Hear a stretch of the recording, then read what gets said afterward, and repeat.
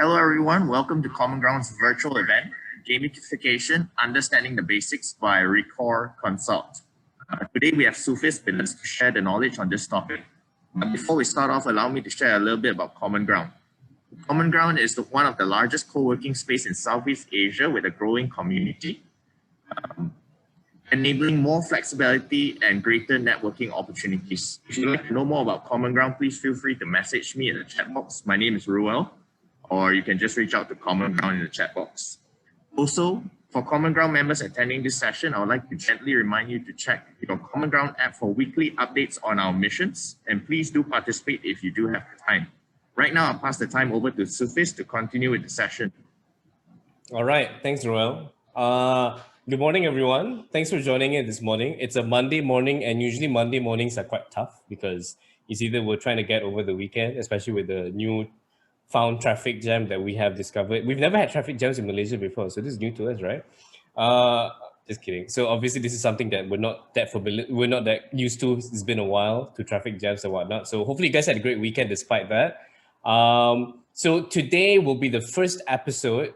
It sounds like I'm gonna do a show on or like Friends or something, right? So a first episode on gamification behavioral design. So today we'll just be covering the literal basics of what is gamification, what is this creature, what is this, whatever it may be. Some of you may have heard of it before. Some of you may be familiar with it, have done some research. Some of you may not have known or heard about it at all until this actual session, right? So this is open to all. So if you are experienced enough to have done some research, I think you'll still get some value from this. So what I'll do is, if you guys have any issues hearing me or whatever, let me know. Let's keep it fairly casual. Don't be afraid to unmute your microphone. Or if you want to keep it a bit more subtle, you can put it in the chat. I also have another account here. It's called Sufis Chat. So I'm Sufis, as you have not been aware. So my name is Sufis.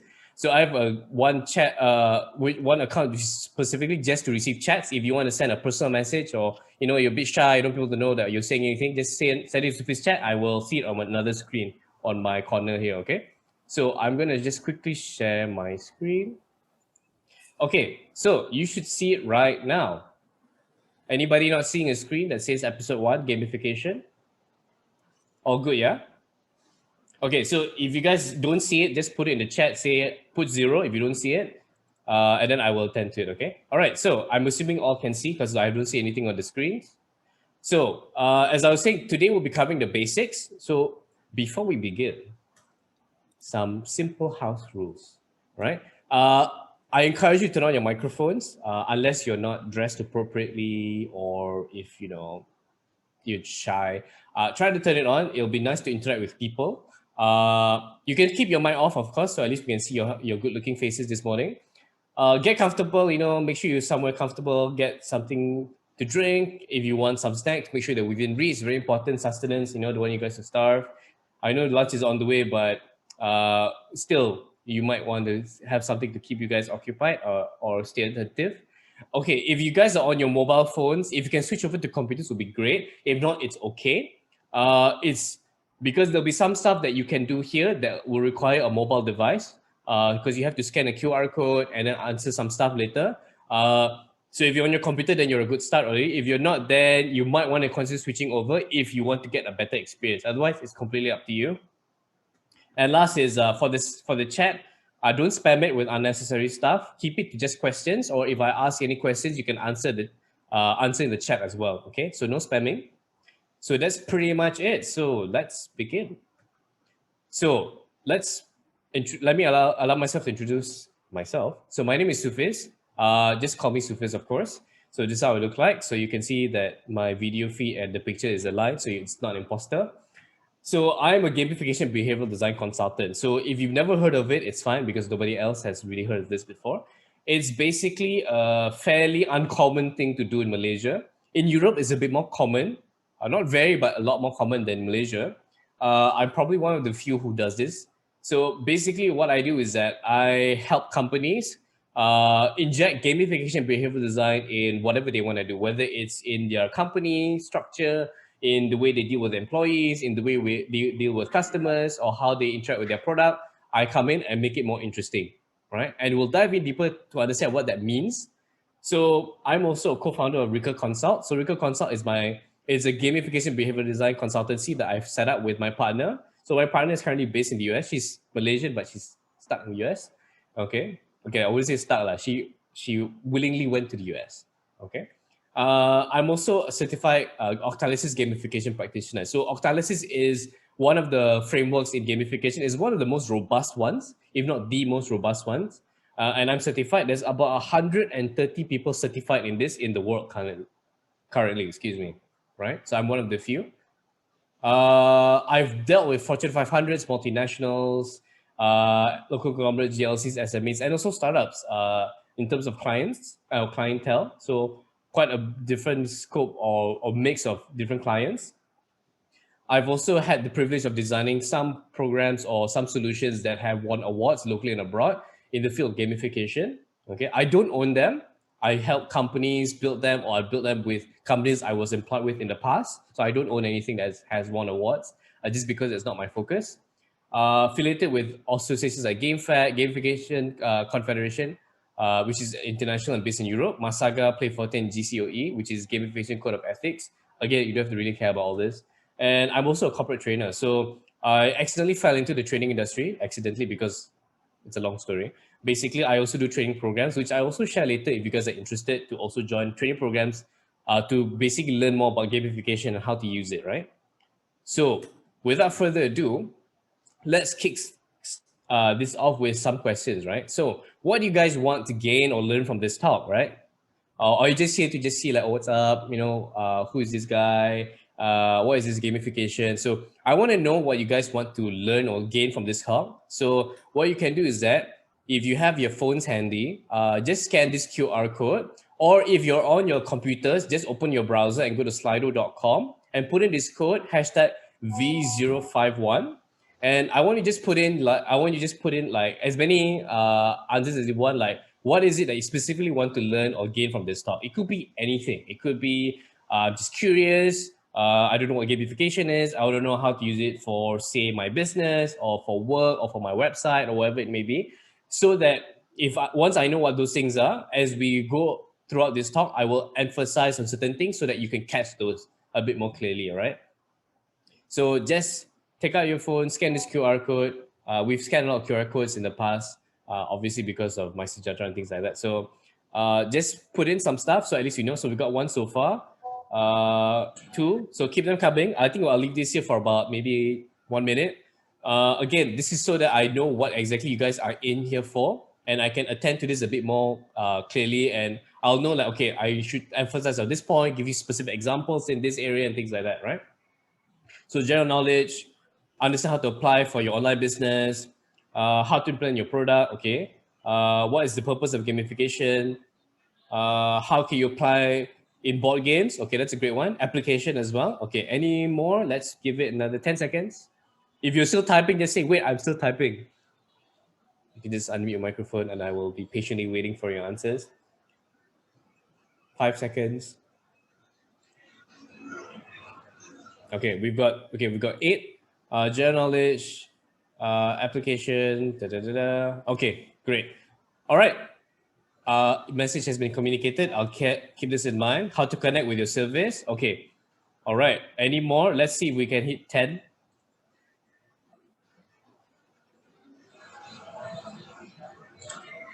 Guess not. Okay. Let's keep it as it is then. All right, guys. Thanks for your input. So let's keep this in mind as we go on with this talk, right? So what is gamification? What is this thing, right? Never heard of it. Sounds ridiculous. Sounds like a game. Is it like Mario? I think the most ridiculous or the most interesting, I wouldn't say ridiculous, the most interesting answer I've gotten when people think about gamification is it like Mario? So the quick answer is no, it's not. It can be, but it's not, definitely not. Okay, so the definition, as you go online, you Google gamification, you actually get different definitions. The most common definition is actually using engaging elements in games and putting it in a non-game environment. So the definition I've put here is basically adding games or game-like elements to something to encourage participation. I feel that this definition has a bit more complex, not complex, it's a bit more complete because it also emphasizes on the fact that you're trying to encourage something, right? So gamification should not be used just for the sake of it. It should be to drive certain behavior or output, okay? So when you go to the definition, you also see the word game, right? So what is the difference then between game and gamification? So the main difference is that games are defined by the player's interaction with the game itself, right? So the game is its own set of rules. It has its own environment. It's a closed system, basically. So whatever happens in the game, just like Vegas, stays in the game. So nothing comes out. But gamification, on the other hand, it's about outward interaction that it encourages. So basically, it's meant to drive certain things. It's a means to an end. So whether it's to motivate or encourage someone to do something. So whether it's for you to push a certain behavior out of your employees or your customers or your users or even yourself, right? You want to say you want to be more healthy, you want to be more productive. You can use gamification to drive your own personal behaviors as well. Okay, right. So again, if you guys have any questions that you want to just ask, just put it in the chat and I will attend to that. Right. So let's move on. So how did gamification come to be? The reality is that actually gamification has been around for many, many, many, many years. The earliest form that has been identified was back in the 1800s. Okay, but obviously they didn't have the term for it. They didn't have the term gamification, and the reason being is that gamification is basically just to drive certain behaviors, right? So what happened was that in 2002, a gentleman named Nick Pelling, a game designer who was tasked with developing a game-like interface for ATMs and actual products and systems, physical systems, right? He created the term gamification. It was mostly just for jargon's sake to make it sound more sexy, like, oh, we use gamification. So it was more of a money-making initiative. But he inadvertently or accidentally created a whole new industry called gamification. And what's funny was that he actually isn't a part of the industry. He created the term, it gained traction in some areas, and then he kind of left it as it is, and he never engaged in it. He did try to set up a consultancy for a while, but because gamification was too new, nobody knew what it meant, nobody knew what it was, nobody really cared about it. It didn't gain traction, so he shut down the business. But it has since gained a lot of traction today, especially in the last 10 years, right? So his definition, which I feel is quite true to what it is today, is it's basically making hard things easy, expressive, and near effortless to use. So the way I kind of take this is also considered as behavioral design. Why is because behavioral design is to make things easy so that people don't feel stupid using something, they feel smart. And the best example that is cited is Apple. Okay, I'm sure it's the most commonly used example, case study, Apple with their products, especially marketing, because they design with users in mind, not the functions in mind. Sure, it's technically advanced and very well thought out, but in terms of the user side, it's very easy and seamless to use, right? Whether you're an Android or PC fan, it doesn't matter because that's what the ethos is. I'm personally not an Apple person, but I believe that what they're trying to do is very well, they're starting with something very interesting, right? Okay, so that's basically the birth of it all. Not the most interesting birth, but it's kind of like an accidental child, not really out of wedlock, but you get my point. Okay, so why would you then use gamification, right? So you know what it means, you know where it came from, so why would you care? Why would you use it, right? So why is it that we get people saying that I want to use it for my business, online business, service, and things like that? So let's share some statistics, right? In 2019, okay, this is a bit outdated. I think 2020 numbers are a lot higher because of the pandemic, but the gamification market globally was valued at 7.17 billion USD. Okay, I think this number is quite conservative because there's some things they probably didn't capture. But then again, even with that information that they had, this is the number. So you can see it's quite sizable, right? And what's more is that based on research, they noticed that when companies use gamification, they get conversion rates up to 7 times than when they don't use gamification. So that's a very good number to see here, right? Obviously, people want to use gamification. 89% of users spend more time with the product when it has gamification. And there are actually a lot of products that you use that has gamification that you probably don't realize, right? So we'll kind of shed some light on that and see if you know that you've been gamified or not, right? 50% of startups are integrating gamification in their strategy. I can attest to this. A lot of the clients that I work with are actually startups. They come to me. I actually don't I don't really market my services. I've been sought out locally and even by international companies, mostly startups, and they say, look, I want to use gamification. How do I use it? Right? So that's what I do on the daily. I help companies by injecting gamification into their strategy. So where have gamification been applied and to what degree of success, right? So let's see some real examples. So SAP, if you're not sure who SAP is basically an enterprise software provider. They're a big name. A lot of big companies use them to keep their companies running smoothly. Without their softwares, I think a lot of companies will be kind of like back in the Stone Age or be all over the place. So where they had something called SAP Streamwork, where they managed to use gamification to improve idea generation. And this increased idea generation by 58%. So they're getting a lot more ideas, but just by including gamification into the process, right? HP, I'm sure you guys knew Hewlett Packard. They are known for their computers, their IT systems, and things like that. So they actually had something called Project Everest, which is a sales initiative. And by using gamification, they actually improved their sales by 56.4%. I've actually personally observed numbers in sales using gamification, which was higher than this. We worked with a client in the past. I won't say who, it's a multinational client, and they use gamification in their training program. So what happens is after they went through the training, they actually increased their sales after 3 months by 266%. No joke. These were numbers that they shared with us. We were surprised as well. So that's quite interesting to see how gamification can impact productivity and sales. Product gamification. Facebook is actually heavily gamified, right? Your likes that you give, the shares that you give, and things like that. That's all part of gamification to some extent. Sure, they don't say it's gamification. They probably didn't realize they were using gamification when they started it out, but it actually is a form of gamification.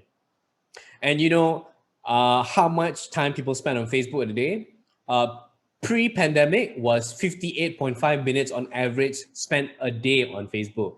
And that's probably not one shot. It's probably open the app 20, 30 times a day. You don't even realize it, you probably do that. You just check notifications, look at it for like 5 minutes, and you go out. So it's actually a very common thing that people don't realize that they actually are using gamification or being gamified by Facebook quite a bit. Lifestyle and health gamification. Nike actually used gamification to push 5 million of their customers to surpass their personal fitness goals on a daily basis, right? This is actually a very common use of gamification for health and fitness. So to improve your well-being, your productivity, gamification is a very good tool, okay? So that's some real-world examples. So let's dive in and see what else gamification is all about, right? So how do you apply gamification? So how has it been applied? How does it work, right? Okay, so before we jump into that, I just want you guys to answer in the chat, right? So which of the examples below contain gamification? So we've established that the first one, Facebook already has gamification. So this is a freebie for you. So 1 is Facebook, 2 is Lazada.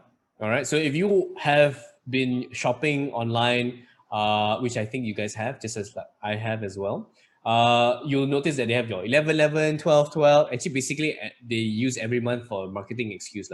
3 was this month. Next month, 4. You get the picture. So have you seen this? And also the last one is this is by Big Loyalty, which is by AirAsia or whatever companies that are under AirAsia right now. Their Big Loyalty program, number 3. So which of this 1, 2, 3? Hello. Yes. Yeah. Okay. I'm coming down. Huh? Okay. Thank you. Come on down. All right. That must be a package they have to pick up. Okay, interesting. So guys, please mute your microphones. Okay, so as I was saying, please put it in the chat. Put in the chat. 1, 2, 3. Which one contains gamification? So 1 is a freebie, so that's definitely should be your answer. 2 and 3. Does it contain gamification? So just put in your chat 1, 2, 3. Does it contain gamification? So someone put 2, 2, 1, 2, 1 and 2, 1 and 2. All okay. 1, 2, 3, question mark, maybe. I'll tell you later. All right, keep it coming. All 1, 2, 3, 1, 2, 3. Semua all. Okay. Shall we wait for him to come back after he gets his parcel or food to answer the question, or should we just proceed? Okay, let's proceed on. Okay, the answer is actually all of them have gamification, right? Loyalty programs actually have a lot of gamification because you collect points. There's certain events that you can take advantage of to get discounts. This is incentive or reward, which is usually promotions, discounts, freebies, and things like that. So these are all forms of gamification, right? Okay, so thanks for your answers. So let's dive in. So misconceptions about gamification. So I've seen this across the 5-ish years that I've spent my time in the industry. Gamification is all about points, badges, leaderboards. There are actually some companies, or well, not companies, some people who say that they can gamify a product or service for somebody else. They're basic self-proclaimed consultants. They say that, oh, to gamify, all you need is points, badges, and leaderboards. The answer is yes and also no. So this is known as shallow gamification, where, yeah, you can put this into anything and it will be gamified. But the question is, will you get the intended results? No. People are bored by this. It's not interesting. If you just put it in for the sake of it, it won't work. In fact, you'll have a negative reaction. It'll be like, oh, they're trying to manipulate me. They're trying to put in this kind of like simplistic things to get me interested. And most people won't interact with it, right? I've had companies or clients come up to me and say like, look, I use gamification, it doesn't work. And this is what I did. I use points, badges, leaderboards. So it's not just that. It's not a game either. Sure, you can have games inside the experience. It doesn't mean it's gamified, right? It just means that you have a game. A game is only a form of gamification if the game is intended to drive a certain behavior outside the game, okay? So for example, you play this mini game, you can collect points that you can spend in a platform or a store or whatever. So that is a form of gamification, right? I think someone has their microphone on. If you're not going to say anything, just please mute your microphones, yeah? Thank you so much. Okay, so the next one is loyalty programs. We've established this before. It's a very common form of gamification as well. And it's always the most boring form. Oh, you spend money, you get points, and then you can use that points to redeem whatever. Credit cards use this. Airlines have mileage points and things like that. So frequent flyer miles and things like that. So it's a very common form, right? But is this all there is? No, there's a lot more you can do with it. And before we go into that, let's break down what are the different kinds of gamification. Okay, I use gamification in a very loosely term because if you speak to experts in the industry, there is still some form of disagreement as to what gamification is as a whole. Reason being is because the industry is still fairly new. It's about 10 years it has gone to be a bit more concrete. Even though it was coined in 2002, as we talked about earlier, it didn't really gain proper traction until 10 years ago, or maybe 20-ish. Well, no, in reality, 10 years ago. The rest was kind of just trying to find its footing in the world. So what you see here is your game thinking matrix, right? So we look at into 5 different areas: playful design, gamification, simulation, serious games, and of course games. So let's break them up and see what the differences are. So playful design is basically more about game aesthetics. So when you see something, whether it's a website or app that has some sort of visual cues that make it look like a game, but actually doesn't function like a game, it's more just game aesthetics, right? It's just a playful design. Gamification adds game elements specifically. So there are some things that you can do, whether it's a points, badge, or leaderboard system, or it could be something else. But those are game elements, and that is a form of gamification, right? Simulations include a virtual environment, right? Whether it's to mimic a real world environment or to make a fake world environment. It doesn't matter. It's for you to interact with a world, whether it's a 2D, 2.5D, or 3D space. I hear some whispers. Can you please mute your microphone unless your whispers are questions? Sorry, yeah? Okay, serious games. Serious games are basically include gameplay. So you actually have a form of gameplay to make it more game-like or make it more like a game. And the last bit is games itself. So games, the main difference is that it's for entertainment. And also it's whatever you do in the game stays in the game. It's not intended to drive any specific outcomes or behaviors outside of it, right? As we talked about earlier. So let me show you some examples of these 5, right? So playful design. If you have had issues with Twitter, for example, Twitter's servers overloaded or whatever, you'll see this. It's a whale being carried by birds. So it's a playful take, playful design. It's not a game, it's just playful. Airbnb as well, and 404 error happens. You can't find the page. you drop your ice cream. So again, playful design. If you use Google's kind of documents or sheets and all that and share it with other people who are anonymous, you'll see there's anonymous hyena, anonymous whatever. These are all endangered animals that they actually put in, by the way. So it's another form of playful design. Again, this is not gamification, it's just making things look fun, right?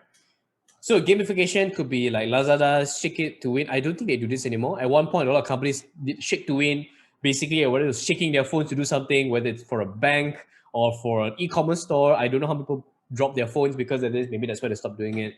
M&M's in USA, they actually did this on their social media, on Facebook specifically, where they did this little marketing gamification. So even this simple form is also gamification. So the idea is that you wanted to find the pretzel guy inside here. You can, if you want, you can look for it. I'm pointing it on my monitor, but obviously you can't see it. So sorry, I can't help you there. And the one on the right most is basically, this is something that I created for a company that I was working with before. This was to gamify a conference. So what happened was that we had a booth and, it's very hard to get people to come to your booth. So I created this little simple card game where you pick up this card when you visit the booth and then it'll tell you something to do. Like, go up to a stranger and tell them they make you smile. If you talk to them and they make you smile, give them the card. Or you can do the wave with them, or you can high five them. Or obviously all these things you can't do today because of COVID, but you get the point. This was pre-COVID. So the idea was that once they do this activity, they would then give this card to that person, and that person will be like, what am I supposed to do with this? They are supposed to do the same action with other people. And this inadvertently, but it's intentionally was to drive awareness of our company and also to get them to come to our booth.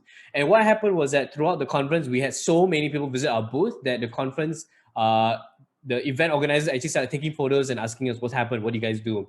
We had easily 3-4 times more people at our booth than anybody else, just because of this simple card game, right? So this again is a form of gamification, all in different contexts. One is e-commerce, one is social media marketing, and one is just an actual physical event, right?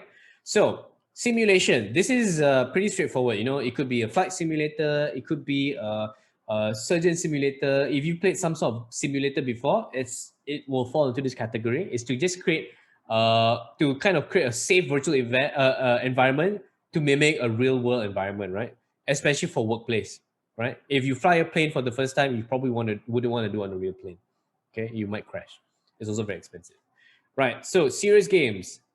So this are some serious games. These are used for training, whether it's for corporates or for students. I've actually done a lot of serious games for corporate training, for interns up to C-suite level.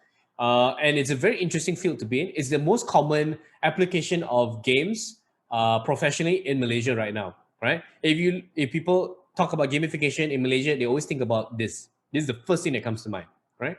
At least the ones I come across. So the idea is that you use the game to teach something that's boring so that it's more interesting and fun. And actually, I want to spend a bit more time here. I'll talk about this a bit more later, especially if you're in the field of games. So I noticed someone say board games here. So I'll talk about that a little more. So you can see these are actually board games, but they actually teach you real lessons. So the one on the left is actually a product designed by a Malaysian company that I was with. This is for strategic thinking, right? And this was a very popular program. The one on the right is also, I think, for resource management or strategic thinking. I can't remember. This is an international product. So the next bit is, of course, games. This is pretty self-explanatory. If you've never seen these games, it's either because you generally hate games, you go out of your way to avoid games like the Plague, or you just don't get out enough. If you have never seen Monopoly or played Monopoly, then you might want to consider playing that with your family or friends, especially now. I actually know somebody who's in the industry who actually has never played Monopoly. So that's quite interesting. I don't know if he's here. I hope he's not here. Or no, he'll get very angry with me. Okay, so sorry if you're here, you know who you are. Okay, so let me spend a bit of time on serious games, or another term for it is game-based learning. So why is because it's a very popular application, and even in the industry in the world, game-based learning is very, very popular. People love game-based learning because it's very interesting way to inject gamification in a very boring environment. Okay, so classrooms are boring. We have to admit learning is not exactly fun unless you are very interested in the topic. If you have to force someone to learn something, gamification is a very good way to do so, right? So how this works is that you would use game elements, whether it's to make it into, say, a board game or a video game or even into an app, right? Where you use game elements to make it interesting. So what you get is higher retention rates among learners. So they actually remember the lessons. So we've actually observed and tracked among our clients about 3 months after the training program, they actually remember 90% of the lessons. And they actually apply 90% of those lessons as well because of the retention rates. 5 months after that, it dropped to 80%, which is still very, very high. You can personalize the learning experience. You can get individual feedback. So what this means is that as a learner, you can actually get feedback specific to you because the system has been set up to do so. Like, you did really great in this. You can improve this a bit more. You want to stop doing this or reduce the amount of times you do a certain thing. And they begin to learn through micro adjustments. Like, example, you do this action. You get immediate feedback saying, don't do it. And they'll stop doing it after a while because they get constant reminders through the system not to do it. You give them a chance to be creative in their problem solving, right? This is something that's very valuable. If you put them in an environment where they have to solve a puzzle or a challenge or a business problem or even an ethical problem, right? Traditional learning is more straightforward, write an essay about it or which of these answers is correct. In this case, there's no fixed answer. It's about a discussion. What would you choose? What's the best course of action? What would you do, right? And then they get creative. You kind of encourage discussions, conversations, and a lot of cognitive and metacognitive instances will occur, right? Measure learner progress. So you can see how they're progressing in terms of like how much they're completing it, how well they understand and how proficient they are on the subject, and so on and so forth. The most common use of this is, especially e-learning, is you can see a progress bar like, you are 50% through your program. Good job, what that means could be up to debate, but a good way to do this is basically you want to track their actual progress in terms of comprehension of a subject or a subject matter, right? And the last bit is you motivate them in improving, to want to improve and to learn from their mistakes. Because if you make the environment friendly, comfortable, pleasant by using something like a game or game-like environment or game elements, it becomes more friendly. It doesn't feel like, you got it wrong. It doesn't feel like an exam. It doesn't feel like a test. It feels more like, I can try again. One example is Angry Birds, right? I'm sure you've had some experience with Angry Birds on your phone, or at least seen someone, or at least heard about it. Maybe you've seen the movie. Maybe you know what birds are. At least you have some sort of interaction with those two words, right?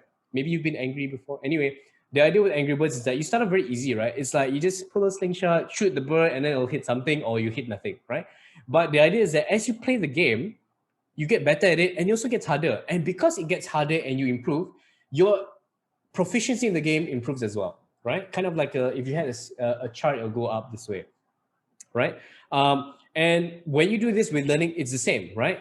You teach them something somewhat easy, not too difficult. They understand it. They apply it in a simple environment, and they're like, I did it, I got it. And then you increase the difficulty, and they overcome that challenge. And then you increase the difficulty, overcome that challenge. At the end of the day, they get better. So from a scale of 0 to 10, if they were at 0, over time they'll go to 1, 2, and then at one point they'll hit a 10, right? All through gradual improvements in a game-like or gamified environment. And I've seen this happen in a day or two. They come in not knowing the subject, being really bad at it. And then at the end of the program, after 1 or 2 days, you get really good at it just because it was a gamified environment, right? Okay. I don't see any questions in the chat. Again, if you have any questions, feel free to put it here. Otherwise, you can wait for the Q&A session at the end. So let's move on, right? So we talked about gamification, putting game elements. So what are game elements? What does this mean? So game elements, or some call it mechanics, are actually techniques used by developers to make their games engaging or to keep players coming back for more. So it's a great way to create engagement and retention. So if you're trying to build loyalty, or you want people to spend more time in a platform or an experience, or to actually not lose focus, right? So they don't look away, they don't end up going on Facebook, which is also gamified, or they don't end up, playing with their cat or something. Use gamification to kind of keep their attention here, right? These are generally proven tactics, and the most commonly used tactics are points, badges, and leaderboards, hence the misconceptions that it creates. It's very commonly used, that's why it's very popular. It's also one of the more proven tactics in games and gamification over the decade, right? You play any game, especially if there's an online or kind of social element, there'll be a leaderboard. There'll be a point system. Sometimes you get badges. If you are a gamer, you are a console gamer or you're a PC gamer, you can get achievements for doing random things. You explore things, you pick up something, you do questionable things or really random things, you get a badge rate for no apparent reason. But people like to collect them because we'll talk about motivations later, why people are motivated by this game mechanics or game elements, right? So let's move on. So these are some common game elements or mechanics, right? There's an element of conflict, right? Whether it's with the system, with the game, or the experience, or with other people. There's a sense of collaboration. You can work together as a team or with a partner or whatever it may be. There's competition. This is why online games are very popular. People like to compete. In fact, it became its own industry. That's why you have esports and things like that. Strategy doesn't have to sound very complicated like chess. It could just be, as long as there's some element of problem solving, there's strategy involved. You have to think about it. You have to think about how to solve the problem. Chance. Okay, chance is more popular in American or that side of the world. They like chance a lot. That's why you see games like, say, example, Monopoly. It's a lot chance driven as opposed to skill. Chance is also commonly used in gamified environments.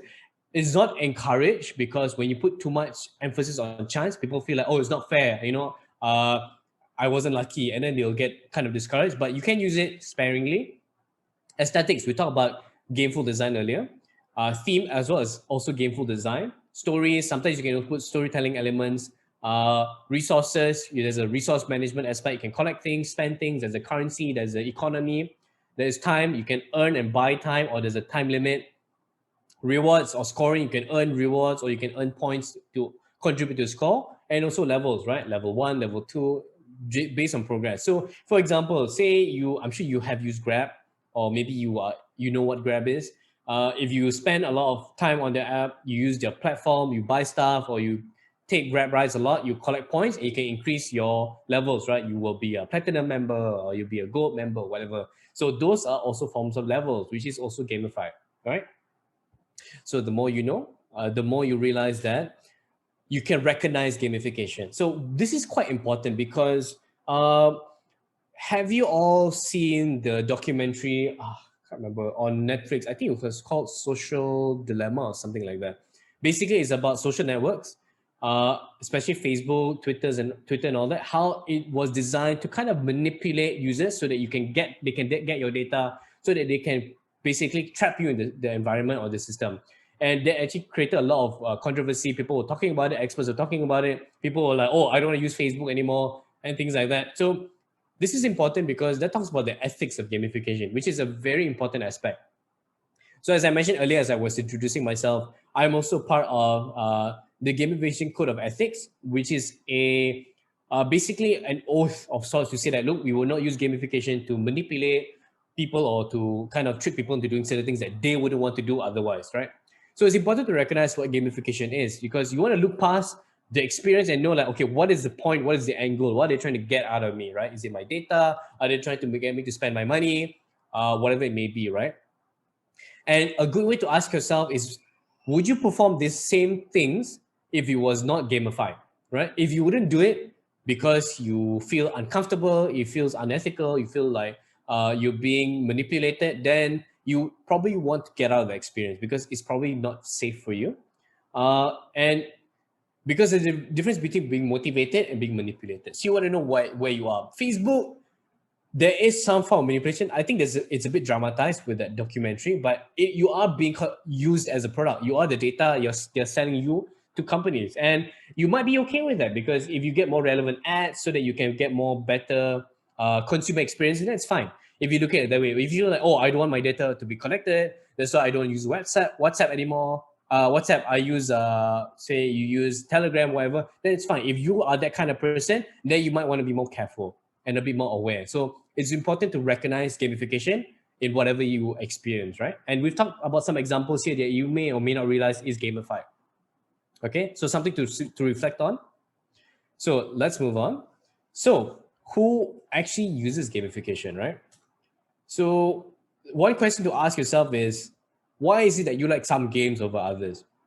If you are a gamer or you played some games, whether it's chess, whether it's Minecraft, whether it's Candy Crush, or whether it's some AAA title on the PC or Xbox or whatever, there are some games that you like and some games you don't like, right? And when you talk to friends, you also have similar conversations like, oh, do you like this game? Oh, no, I didn't like it. And you're like, oh, why did you like this game? And then you have this disconnect in terms of interest. And that all boils down to the fact that you are basically a certain kind of player. This is kind of a stereotype. Take it with a grain of salt. It's basically to talk about what motivates you as a player or as a user. And as gamification practitioners, like myself and others in the industry, we use this as a reference. I personally don't use this 100%. I just look at it as a reference to understand who are the audience or the users that I'm interacting with or trying to engage in the experience, right? So the first one is socializers. So socializers, they are motivated by relatedness, something that is a bit more social in nature. And they usually are interested in an experience if it allows them to interact with others or create social connections. So if there's a social element like social media, that is something they'll be interested in. Free spirits are basically people who like to explore. They like autonomy. They don't like to be locked in and told what to do. So they want to create and explore something. So sandboxes like Minecraft or open world environments are something they really enjoy, right?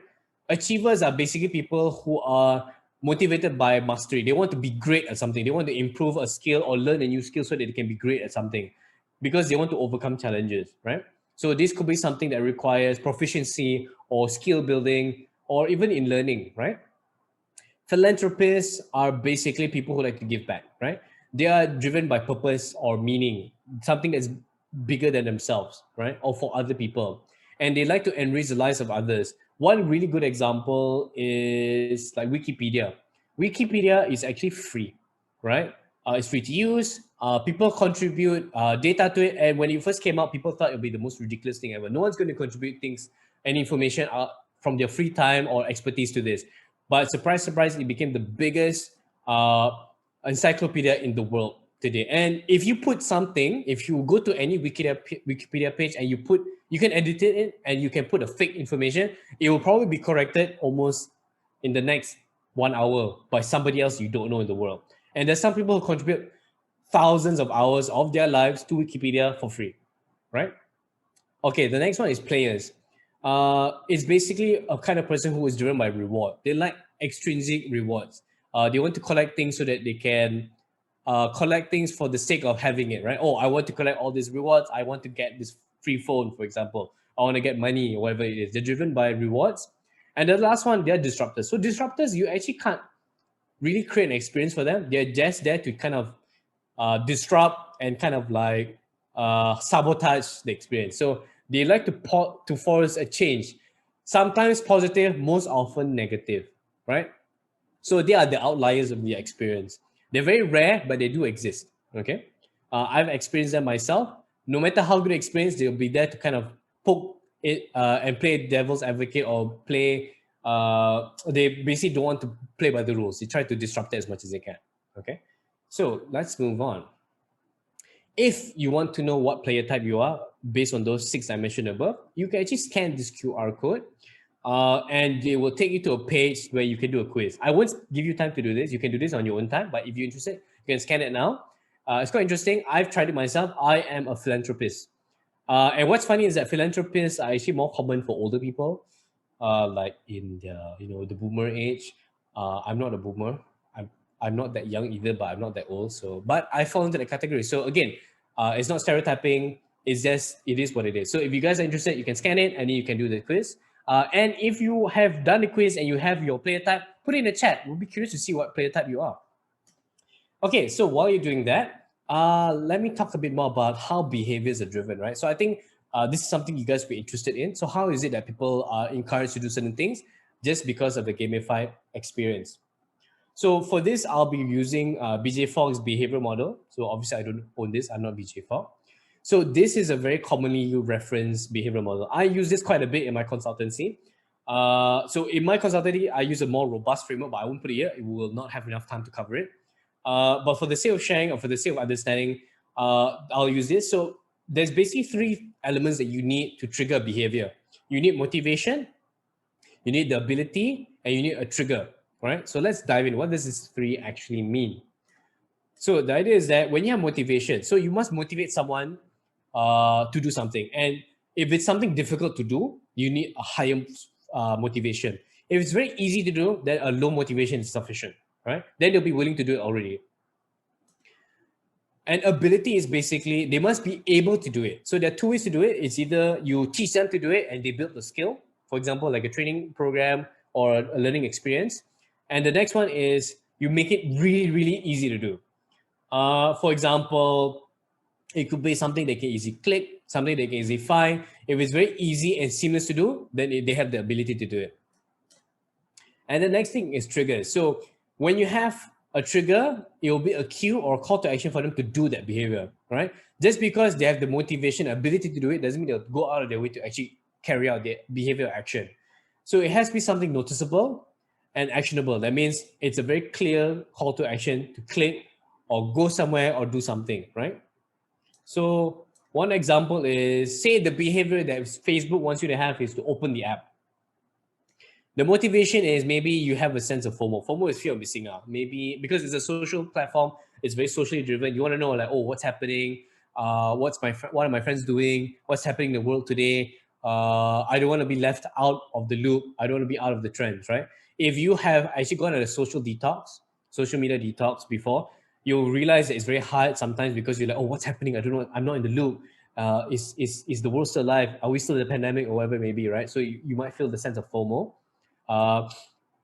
Ability is clicking notification. Very easy. You know, it appears on your phone. You probably click it by accident or out of pure habit. You click it and it will immediately bring you to Facebook, right?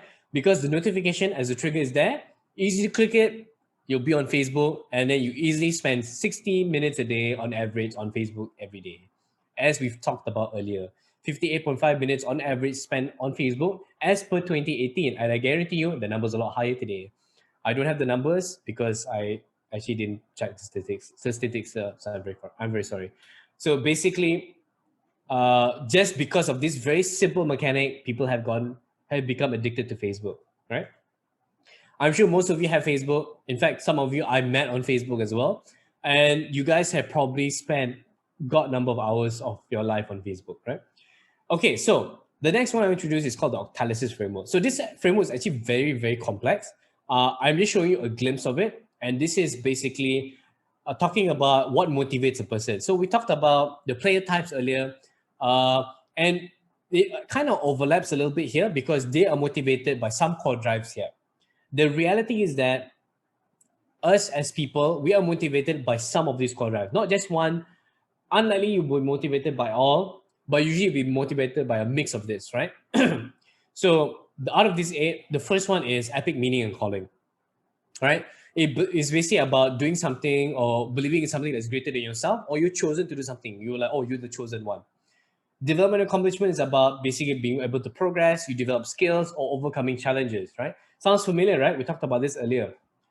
Empowerment of creativity and feedback. So basically, you like the creative process. You like to solve problems. You like to try different combinations. You like to figure things out.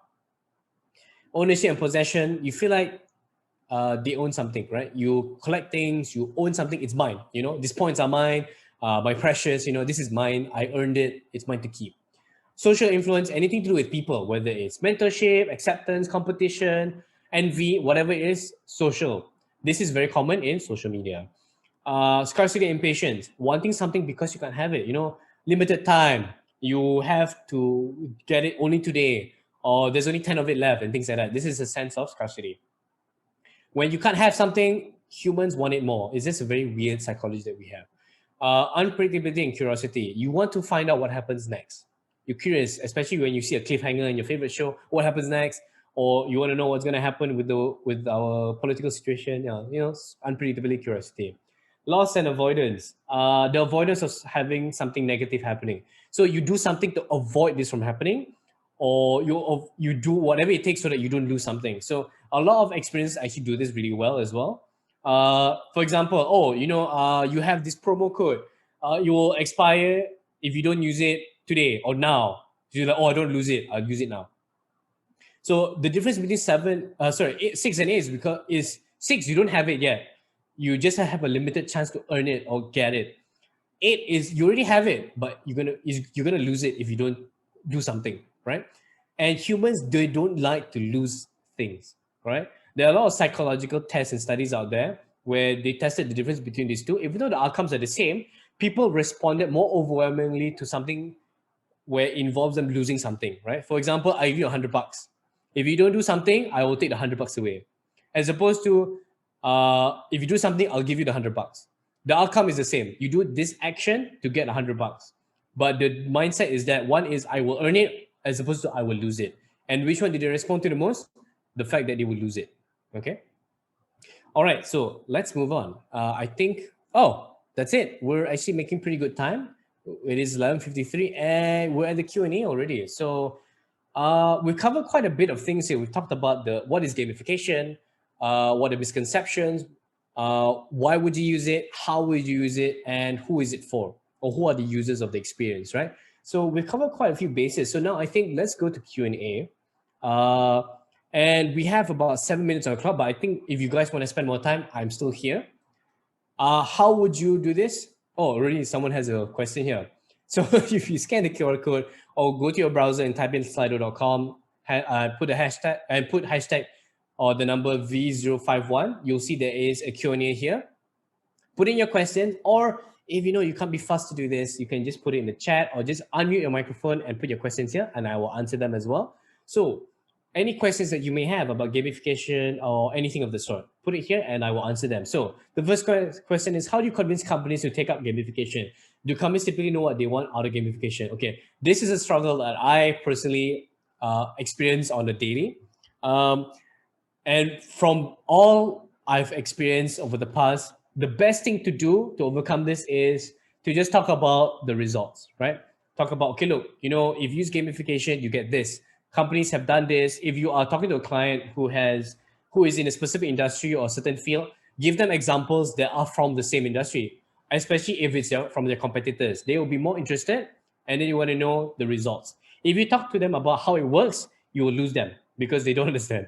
I've spent hours talking to clients who this is science behind it, this is psychology, it's proven. They don't get it, they don't care. They want to know about the numbers, right? So talk facts, give examples, and they will respond, okay? Anybody else have a question, whether you want to verbalize it via chat or by unmuting your microphone or just putting it in this slido.com? I hear someone's microphone is not mute. Do you have a question or have you forgotten to mute your microphone? I think, Alvin, do you have a question for me? I guess not. Okay. So what is the most typical type of gamification companies go for, which has proven good track record? Okay. I was expecting this question. So the answer is there's no answer. If you ask somebody who just uses gamification for the sake of it, then they will say points, badges, leaderboards. And I will tell you, it will not work. The best thing to do is you must understand what are the business metrics that you care about, whether it's revenue, is it engagement, is it loyalty, is it retention, is it whatever it may be. Understand what matters to you first. Then ask yourself, okay, what kind of behaviors do I want to see? Once you get this, then you will know, okay, based on these outcomes that I want to see, I will know what gamified elements to put in. Because the only reason you have good outcomes is when you have a good fit between the results and the elements that you want to put in. If these do not match, you will not get good results. That's why points, badges, and leaderboards often don't work, because it's just used haphazardly without considering the metrics that you care about and the behaviors that you want to see. What is an optimal minimum max time for one-off gamified training exercise? Okay, this depends on the environment you're in. Are you in an online environment? Is it you only have 5 minutes with them? You have a whole day with them, a whole week with them?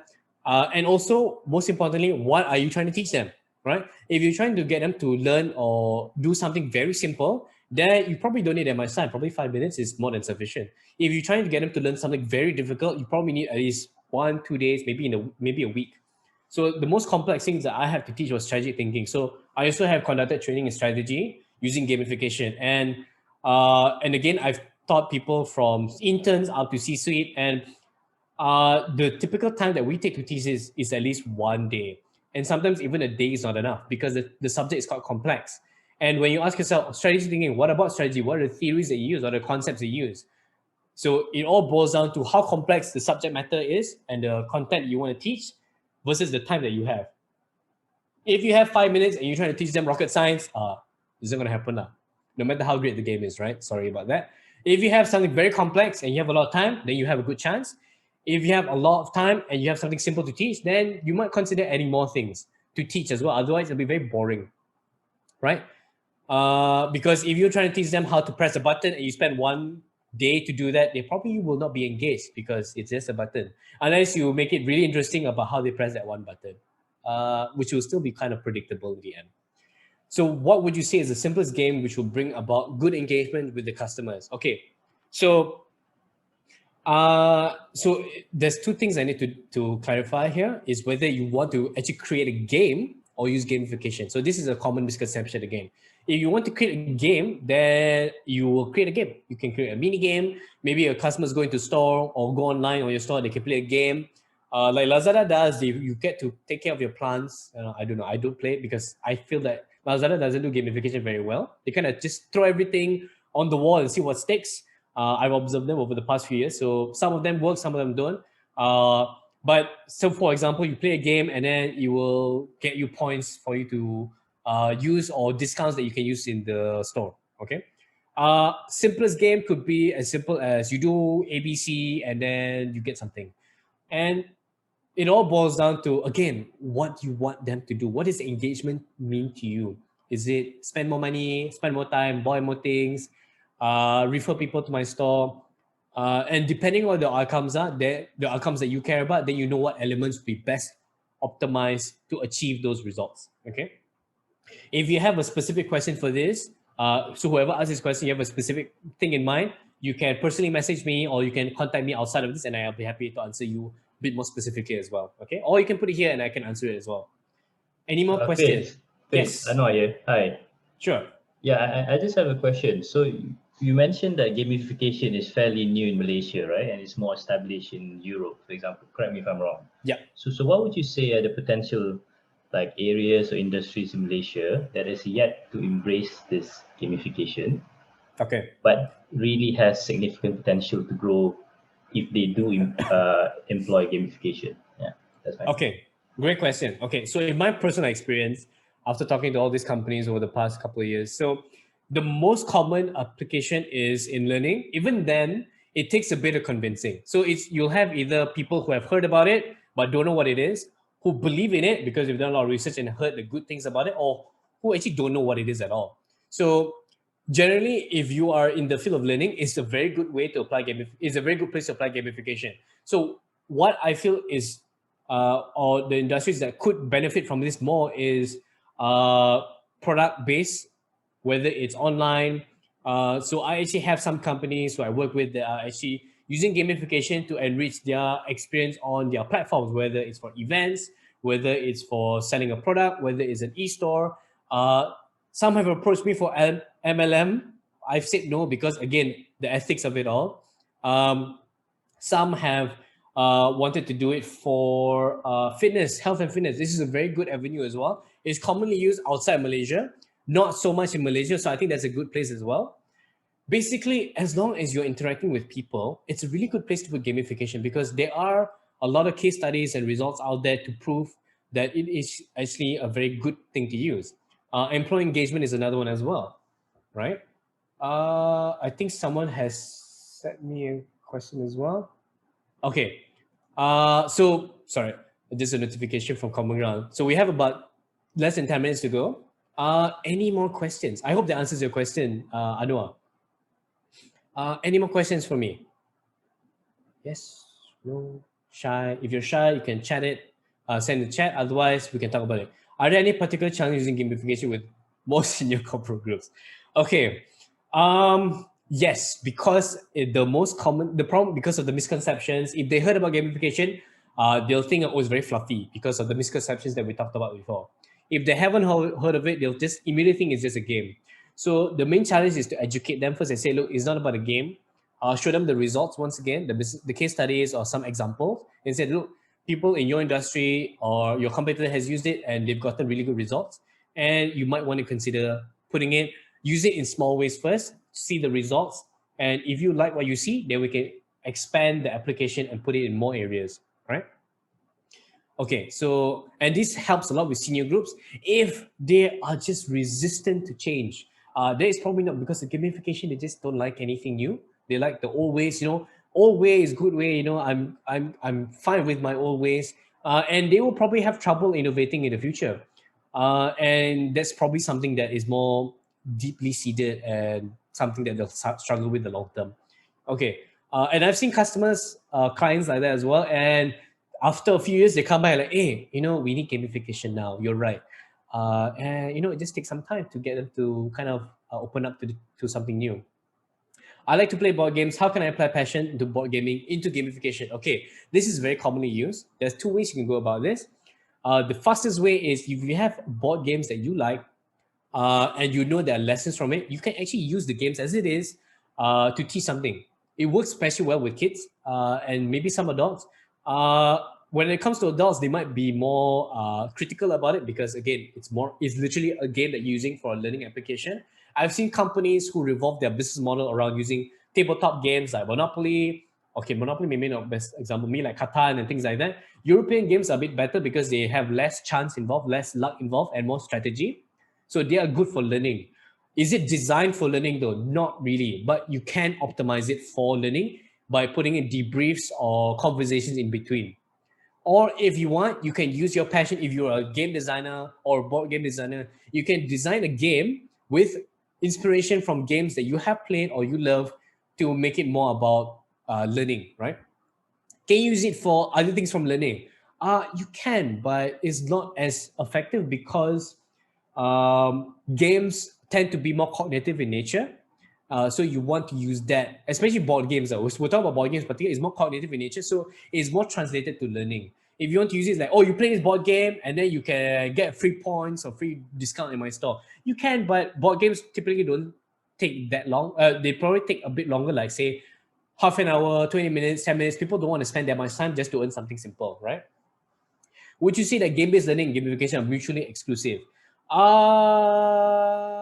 Yeah, they are in some senses. So they are related because, again, games have game elements and game-based learning also have gamified elements as well. So because gamification is using game elements, so in that sense, as long as game elements are present and used in an environment that's not purposely a game for the sake of entertainment, it is gamification. And game-based learning is a part of gamification in that sense. We talked about the game thinking umbrella. So some people consider game thinking as an umbrella for gamification, even though gamification has its own definition in the umbrella. It's just the way we subdivide and kind of define it further for people to understand. It gets confusing, but again, because the industry is kind of all over the place still because it's fairly new. But as a general term, if there's game elements, it is gamification, unless it's for entertainment only. Have you ever experienced a scenario where installing gamification into the app resulted with poor engagement?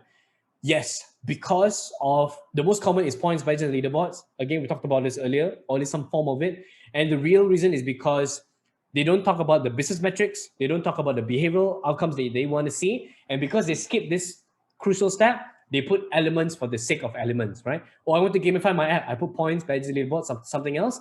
It does not translate to what you want them to do, right? If you put points, what do they care about points, right? One common example that I've seen with my clients as well is when you log into the experience, you get points already. And then you'll be like, for what? What did I do to earn these points? I don't get it. There's no meaning to the numbers. So because of that, you don't care about it. And then you end up dropping out of the experience because they don't create relevance for the experience. Okay. So that's another part called onboarding, which I will talk about probably in another episode. Catch my show on, whatever channel. Sorry, but yeah, we'll talk about that later. But yeah, that's part of onboarding to teach them the relevance and importance of the certain things, right? Okay, any other questions? We're getting quite a few questions. If there's no more questions, I think we've answered all. Oh, sorry. Yep, any more questions? I think if there's no more, I'll move on. If I miss your question, you can just verbalize it by unmuting your microphone. So, okay, so what's next now that we're done with this? Do we say goodbye? Do I not see you again? If you don't like my face or you don't like my voice or you don't like the subject, then we don't have to see each other anymore. It's okay, I understand. But if you want to learn more, you want to also find out how to incorporate gamification to your organization, your product, whether it's by training or by consultation with me, What you can do is there's two ways. One is you can leave your contact details here by scanning this QR code or typing in this URL. And we will reach out to you. So if there's future episodes, which we will have once a month, we will tell you when they will be, and we'll give you the link so you can join. Or if there's training programs, which I'll be doing a training program with Common Ground later this month, quite literally at the end of the month, which is I think 29th to 30th. If you're able to join, we can send over the the sign up information. You can sign up, and you can learn more about gamification there. Or if you just have any questions or anything like that you want me to reach out to you for, you can put it here. So scan the QR code, put in this URL, and we can talk about it. Or if you want to reach out to me specifically, I'll give you my contact details later. But before that, you guys scan here first. If you want, I'll give you guys like 10 seconds to do so. Then what I need you guys to do is, turn on your webcam. Don't be shy. If you want something to put on your makeup or put on just a t-shirt is fine. You don't have to wear pants because we don't have to see what's below the belt. We want to just snap a photo so that we know that we're talking to humans and not bots. This is to confirm that you are not a bot by using your webcam, so that we can have a nice photo that we can share with anybody who wants a photo. Okay. All right. So please turn on your webcams. Okay, so I'm going to stop sharing my screen so we can just go to this for a bit. I see some faces, but not a lot. So anybody want to turn on your webcams? Let's take this is the easiest group shot we have to do, because all we have to do is turn on our webcams and then take a screenshot, right? Technology is amazing. Turn on your webcams. If you don't have webcam, it's okay. If you feel not so handsome or pretty today, I think you are, you don't have to be so shy. If you still don't want, it's okay. I understand. I'll give you guys 3 more seconds. Okay, 5 seconds up. To turn on your webcams, they will smile. Riza, your webcam is on, but I don't see you. Are you in the dark? Are you invisible? I will not say black because it's not very nice to say. So I won't say that. Okay, so without further ado, I see a card there. All right. If you guys are wearing masks, I'm guessing you're in a public space. So smile more so we can see in your eyes. Okay, so smile. And 3, 2, 1. All right. So if you see all flash or anything like that, that's probably your imagination because this is a screenshot. Okay, so let me share my screen again. All right, so we'll see this again. So thank you so much. And before I share some contact information, I'll just part you with a quote. So we don't stop playing games because we grow old. We grow old because we stop playing games. So if you guys feel a bit old, you play more games now, huh? It's good for you. Good for mental health. So if you want to get in touch, you can either email me, you can text me, WhatsApp me, you can Telegram. You can go to our website and check out what we do. Or you can scan this QR code, and then all the information that you need to know about me, except for my banking details, anything personal is also there. And yeah, I'm happy to be in touch with you guys if you want to talk to me. Otherwise, thank you so much for your time. I hope you guys enjoyed the session. And if you guys want to stay on and ask any questions, feel free. And now I'll pass it on over back to Common Ground for them to close off the session. Right. Thank you very much, Sufis, for this intuitive session. I think everyone took away some important key points, and some of us learned something new for myself as well, gamification and stuff like that. Just to let everyone know, we'll be having another episode on a different topic with Sufis in the next month. In the month of April, we'll definitely share with all the Common Ground members again once we finalize on everything. And then if you're interested in actually attending one of Sufis training sessions, please do reach out to us. He's actually collaborating with us on training sessions in Common Minds. Feel free to reach out to myself or even Gwen. We'll share it across each venue's community chat groups. Don't be shy. And thank you everyone for attending this session with Sufis. Thank you, Sufis, once more. We appreciate it a lot. Most welcome. Thanks everyone. Thanks Common Ground, Ruel and Gwen for setting this up, and hope you guys have a great week ahead. I'm going to go drink water because I'm losing my voice. All right, take care guys. Stay safe. Stay safe.